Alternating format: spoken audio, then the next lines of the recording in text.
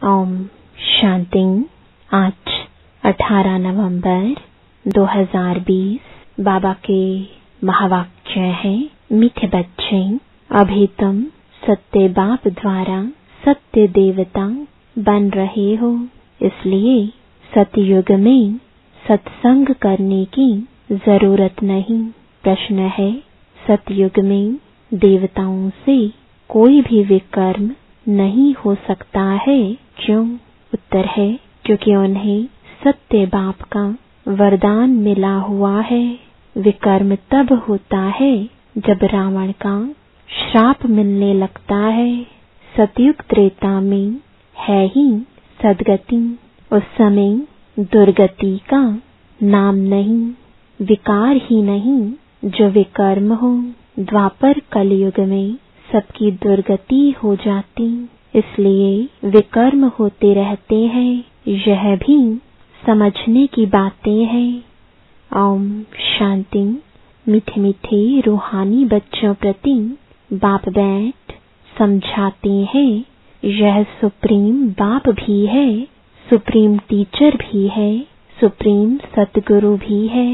बाप की ऐसी महिमा बताने से ऑटोमेटिकली सिद्ध हो जाता है कि कृष्ण किसी का बाप हो नहीं सकता। वह तो छोटा बच्चा सतयुग का प्रिंस है, वह टीचर भी नहीं हो सकता। खुद ही बैठकर टीचर से पढ़ते हैं। गुरु तो वहाँ होता नहीं, क्योंकि वहाँ सब सदगति में है। आधा कल्प है सदगति, आधा कल्प है दुर्गति, तो वहाँ है सदगति। इसलिए ज्ञान की वहाँ दरकार नहीं रहती, नाम भी नहीं है, क्योंकि ज्ञान से 21 जन्मों के लिए सदगति मिलती है। फिर द्वापर से कलयुग अंत तक है दुर्गति, तो कृष्ण फिर द्वापर में कैसे आ सकता? यह भी किसको ध्यान में नहीं आता है। एक एक बात में बहुत ही गूढ़ राज भरा हुआ है, जो समझाना बहुत जरूरी है। वह सुप्रीम बाप, सुप्रीम टीचर है। अंग्रेजी में सुप्रीम ही कहा जाता है। अंग्रेजी अक्षर कुछ अच्छे होते हैं, जैसे ड्रामा अक्षर है। ड्रामा को नाटक नहीं कहेंगे, नाटक में तो अदली बदली होती है। यह सृष्टि का चक्र फिरता है, ऐसा कहते भी हैं, परंतु कैसे फिरता है? हूबहू फिरता है या चेंज होती है, यह किसको भी पता नहीं है। कहते भी हैं, बनी बनाई बन रही। जरूर कोई खेल है जो फिर से चक्र खाता रहता है। इस चक्र में मनुष्यों को ही चक्र लगाना पड़ता है। अच्छा, इस चक्र की आयु क्या है? कैसे रिपीट होता है? इसको फिरने में कितना समय लगता है? यह कोई नहीं जानते। इस्लामी, बौद्धी आदि यह सब है घराने, जिनका ड्रामा में पार्ट है। तुम ब्राह्मणों की डिनाइस्टी नहीं है, यह है ब्राह्मण कुल, सर्वोत्तम ब्राह्मण कुल कहा जाता है। देवी देवताओं का भी कुल है, यह तो समझाना बहुत सहज है। सूक्ष्म वतन में फरिश्ते रहते हैं, वहाँ हड्डी मांस होता नहीं। देवताओं को तो हड्डी मांस है ना। ब्रह्मा सो विष्णु, विष्णु सो ब्रह्मा। विष्णु की नाभि कमल से ब्रह्मा क्यों दिखाया है? सूक्ष्म वतन में तो यह बातें होती नहीं, न जवाहरात आदि हो सकते। इसलिए ब्रह्मा को सफेद पोषधारी ब्राह्मण दिखाया है। ब्रह्मा साधारण मनुष्य बहुत जन्मों के अंत में गरीब हुआ ना। इस समय है ही खादी के कपड़े, वह बेचारे समझते नहीं। सूक्ष्म शरीर क्या होता है तुमको बाप समझाते हैं। वहाँ है ही फरिश्ते, जिनको हड्डी मांस होता नहीं। सूक्ष्म वतन में तो यह श्रृंगार आदि होना नहीं चाहिए, परंतु चित्रों में दिखाया है तो बाबा उसका ही साक्षात्कार कराए, फिर अर्थ समझाते हैं। जैसे हनुमान का साक्षात्कार कराते हैं। अब हनुमान जैसा कोई मनुष्य होता नहीं। भक्ति मार्ग में अनेक प्रकार के चित्र बनाए हैं। जिनका विश्वास बैठ गया है उनको ऐसा कुछ बोलो तो बिगड़ पड़ते। देवियों आदि की कितनी पूजा करते हैं, फिर डुबो देते हैं। यह सब है भक्ति मार्ग। भक्ति मार्ग के दलदल में गले तक डूबे हुए हैं, तो फिर निकाल कैसे सकेंगे? निकालना ही मुश्किल हो जाता है। कोई कोई तो औरों को निकालने निमित्त बन खुद ही डूब जाते हैं, खुद गले तक दुबन में फंसते, अर्थात काम विकार में गिर पड़ते हैं। यह है सबसे बड़ी दुबन यानी दलदल। सतयुग में यह बातें होती नहीं। अभी तुम सत्य बाप द्वारा सत्य देवता बन रहे हो, फिर वहाँ सत्संग होते नहीं। सत्संग यहाँ भक्ति मार्ग में करते रहते हैं, समझते हैं सब ईश्वर के रूप हैं, कुछ भी नहीं समझते। बाप बैठ समझाते हैं कलयुग में है सब पाप आत्माएं, सतयुग में होते हैं पुण्य आत्माएं। रात दिन का फर्क है, तुम अभी संगम पर हो। कलयुग और सतयुग दोनों को जानते हो। मूल बात है इस पार से उस पार जाने की। क्षीर सागर और विषय सागर का गायन भी है, परंतु अर्थ कुछ नहीं समझते। अभी बाप बैठ कर्म अकर्म का राज समझाते हैं। कर्म तो मनुष्य करते ही हैं, फिर कोई कर्म अकर्म होते हैं, कोई विकर्म होते हैं। रावण राज्य में सब कर्म विकर्म हो जाते हैं। सतयुग में विकर्म होता नहीं, क्योंकि वहाँ है राम राज्य। बाप से वरदान पाए हुए हैं। रावण देते हैं श्राप। यह सुख और दुख का खेल है ना। दुख में सब बाप को याद करते हैं, सुख में कोई याद नहीं करते। वहाँ विकार होते नहीं। बच्चों को समझाया है सैपलिंग लगाते हैं। यह सैपलिंग लगाने की रस्म भी अभी पड़ी है। बाप ने सैपलिंग लगाना शुरू किया है। आगे जब ब्रिटिश गवर्नमेंट थी तो कभी अखबार में नहीं पढ़ता था कि झाड़ों का सैपलिंग लगाते हैं। अब बाप बैठ देवी देवता धर्म का सैपलिंग लगाते हैं, और कोई सैपलिंग नहीं लगाते। बहुत धर्म है, देवी देवता धर्म प्राय लोप है। धर्म भ्रष्ट कर्म भ्रष्ट होने के कारण नाम ही उल्टा सुल्टा रख दिया है। जो देवता धर्म के हैं उन्हों को फिर उसी देवी देवता धर्म में आना है। हर एक को अपने धर्म में ही जाना है। क्रिश्चियन धर्म का निकलकर फिर देवी देवता धर्म में आ नहीं सकेंगे। मुक्ति तो हो ना सके। हाँ, कोई देवी देवता धर्म का कन्वर्ट होकर क्रिश्चियन धर्म में चला गया होगा तो वह फिर लौटकर अपने देवी देवता धर्म में आ जाएगा। उनको यह ज्ञान और योग बहुत अच्छा लगेगा। इससे सिद्ध होता है कि यह अपने धर्म का है। इसमें बड़ी विशाल बुद्धि चाहिए, समझने और समझाने की धारणा करनी है। किताब पढ़कर नहीं सुनानी है। जैसे कोई गीता सुनाते हैं, मनुष्य बैठकर सुनते हैं।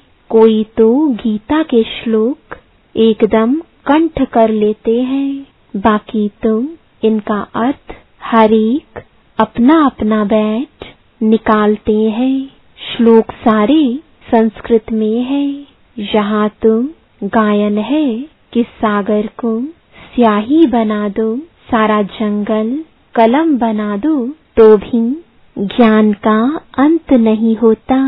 गीता तो बहुत छोटी है, 18 अध्याय है। इतनी छोटी गीता बनाकर गले में पहनते हैं। बहुत पतले अक्षर होते हैं, गले में पहनने की भी आदत होती है।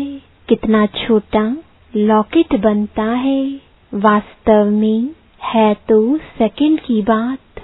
बाप का बना जैसे कि विश्व का मालिक बना। बाबा, हम आपका एक दिन का बच्चा हूँ, ऐसे भी लिखने शुरू करेंगे। एक दिन में निश्चय हुआ और फट से पत्र लिखेंगे। बच्चा बना तो विश्व का मालिक हुआ।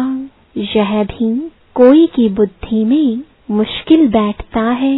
तुम विश्व का मालिक बनते हो ना, वहाँ और कोई खंड नहीं रहता है। नाम निशान गुम हो जाता है। कोई को मालूम भी नहीं रहता कि यह खंड थे। अगर थे तो जरूर उनकी हिस्ट्री जियोग्राफी चाहिए, वहाँ यह होते ही नहीं। इसलिए कहा जाता है तुम विश्व के मालिक बनने वाले हो। बाबा ने समझाया है मैं तुम्हारा बाप भी हूँ, ज्ञान का सागर हूँ। यह तो बहुत ऊंचे से ऊंच ज्ञान है जिससे हम विश्व के मालिक बनते हैं। हमारा बाप सुप्रीम है, सत्य बाप, सत्य टीचर है, सत्य सुनाते हैं, बेहद की शिक्षा देते हैं, बेहद का गुरु है, सबकी सद्गति करते हैं। एक की महिमा की तो वह महिमा फिर दूसरे की हो नहीं सकती। फिर वह आप समान बनाए तब हो सकते। तो तुम भी पतित पावन ठहरे, सत नाम लिखते हैं। पतित पावनी गंगाएं यह माताएं हैं। शिव शक्ति कहो, शिववंशी कहो, शिववंशी ब्रह्मा कुमार कुमारियां। शिववंशी तो सब है, बाकी ब्रह्मा द्वारा रचना रचते हैं। तो संगम पर ही ब्रह्मा कुमार कुमारियां होते हैं। ब्रह्मा द्वारा एडॉप्ट करते हैं। पहले पहले होते हैं ब्रह्मा कुमार कुमारियां। कोई भी ऐतराज उठाते हैं तो उसको बोलो यह प्रजापिता है, इनमें प्रवेश करते हैं। बाप कहते हैं बहुत जन्मों के अंत में मैं प्रवेश करता हूँ। दिखाते हैं विष्णु की नाभि से ब्रह्मा निकला। अच्छा, विष्णु फिर किसकी नाभि से निकला? उसमें एरो का निशान दे सकते हो कि दोनों ओत प्रोत हैं। ब्रह्मा सो विष्णु, विष्णु सो ब्रह्मा। यह उनसे वह उनसे पैदा हुआ है। इनको लगता है 1 सेकंड, उनको लगता है 5000 वर्ष। यह वंडरफुल बातें हैं ना। तुम बैठ समझाएंगे। बाप कहते हैं लक्ष्मी नारायण 84 जन्म लेते हैं, फिर उनके ही बहुत जन्मों के अंत में मैं प्रवेश कर यह बनाता हूँ। समझने की बात है ना। बैठो तो समझाएं कि इनको ब्रह्मा क्यों कहते हैं। सारी दुनिया को दिखाने के लिए यह चित्र बनाए हैं। हम समझा सकते हैं, समझने वाले ही समझेंगे, नहीं समझने वाले के लिए कहेंगे यह हमारे कुल का नहीं है। बेचारा भल वहाँ आएगा, परंतु प्रजा में हमारे लिए तो सब बेचारे हैं ना। गरीब को बेचारा कहा जाता है। कितनी पॉइंट्स बच्चों को धारण करनी है, भाषण करना होता है टॉपिक्स पर। यह टॉपिक कोई कम है क्या? प्रजापिता ब्रह्मा और सरस्वती 4 भुजाएं दिखाते हैं तो 2 भुजा बेटी की हो जाती हैं। युगल तो है नहीं, युगल तो वास्तव में बस विष्णु ही है। ब्रह्मा की बेटी है सरस्वती, शंकर को भी युगल नहीं है। इस कारण शिव शंकर कह देते हैं। अब शंकर क्या करते हैं? विनाश तो एटॉमिक बॉम्ब से होता है। बाप कैसे बैठ बच्चों का मौत कराएंगे? यह तो पाप हो जाए। बाप तो और ही सबको शांति धाम वापस ले जाते हैं बिगर मेहनत। हिसाब किताब चुकतो कर सब घर जाते हैं, क्योंकि कयामत का समय है। बाप आते ही हैं सर्विस पर, सबको सदगति दे देते हैं। तुम भी पहले गति में फिर सदगति में आएंगे। यह बातें समझने की हैं। इन बातों को जरा भी कोई नहीं जानते। तुम देखते हो कोई तो बहुत माथा खपाते बिल्कुल समझते नहीं। जो कुछ अच्छा समझने वाले होंगे वह आकर समझेंगे। बोलो, एक एक बात पर समझना है तो टाइम दो। यहाँ तो सिर्फ हुक्म है, सबको बाप का परिचय दो। यह है ही कांटों का जंगल, क्योंकि एक दो को दुख देते रहते हैं। इसको दुख धाम कहा जाता है। सतयुग है सुख धाम। दुख धाम से सुख धाम कैसे बनता है यह तुमको समझाई। लक्ष्मी नारायण सुख धाम में थे, फिर यह 84 जन्म ले दुख धाम में आते हैं। यह ब्रह्मा का नाम भी कैसे रखा? बाप कहते हैं मैं इसमें प्रवेश कर बेहद का सन्यास कराता हूँ। फट से सन्यास करा देते हैं, क्योंकि बाप को सर्विस करानी है वही कराते हैं। इनके पिछाड़ी बहुत निकले जिसका नाम बैठ रखा। वह लोग फिर बिल्ली के पूंगरे बैठ दिखाते हैं। यह सब है दंत कथाएं। बिल्ली के पूंगरे हो कैसे सकते? बिल्ली थोड़े ही बैठ ज्ञान सुनेगी। बाबा युक्तियां बहुत बतलाते रहते हैं। कोई बात किसको समझ में ना आए तो उनको बोलो, जब तक अल्फ को नहीं समझा है तो और कुछ समझ नहीं सकेंगे।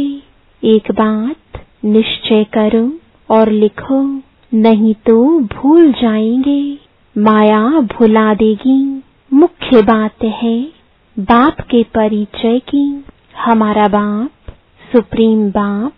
सुप्रीम टीचर है, जो सारे विश्व के आदि मध्य अंत का राज समझाते हैं, जिसका कोई को पता नहीं है।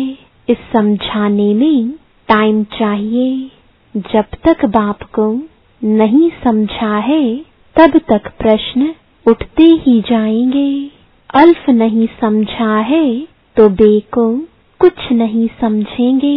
मुफ्त संशय उठाते रहेंगे। ऐसे क्यों? शास्त्र में तो ऐसे कहते हैं। इसलिए पहले सबको बाप का परिचय दो। अच्छा, मीठे मीठे सिकिलदे बच्चों प्रति माता पिता बाप दादा का याद प्यार और गुड मॉर्निंग। रूहानी बाप की रूहानी बच्चों को नमस्ते। रूहानी बच्चों की रूहानी बाप दादा को गुड मॉर्निंग और नमस्ते। धारणा के लिए मुख्य सार है, पहला, कर्म अकर्म और विकर्म की गुह्य गति को बुद्धि में रख अब कोई विकर्म नहीं करने हैं। ज्ञान और योग की धारणा करके दूसरों को सुनाना है। दूसरा, सत्य बाप की सत्य नॉलेज देकर मनुष्यों को देवता बनाने की सेवा करनी है। विकारों के दलदल से सबको निकालना है। वरदान है, अपनी पावरफुल स्थिति द्वारा मनसा सेवा का सर्टिफिकेट प्राप्त करने वाले स्व अभ्यासी भव। विश्व को लाइट और माइट का वरदान देने के लिए अमृत वेले इशाद के स्व अभ्यास द्वारा पावरफुल वायुमंडल बनाओ, तब मनसा सेवा का सर्टिफिकेट प्राप्त होगा। लास्ट समय में मनसा द्वारा ही नजर से निहाल करने की अपनी वृत्ति द्वारा उनकी वृत्तियों को बदलने की सेवा करनी है। अपनी श्रेष्ठ स्मृति से सबको समर्थ बनाना है। जब ऐसा लाइट माइट देने का अभ्यास होगा तब निर्विघ्न वायुमंडल बनेगा और यह किला मजबूत होगा। स्लोगन है, समझदार वह है जो मनसा वाचा कर्मणा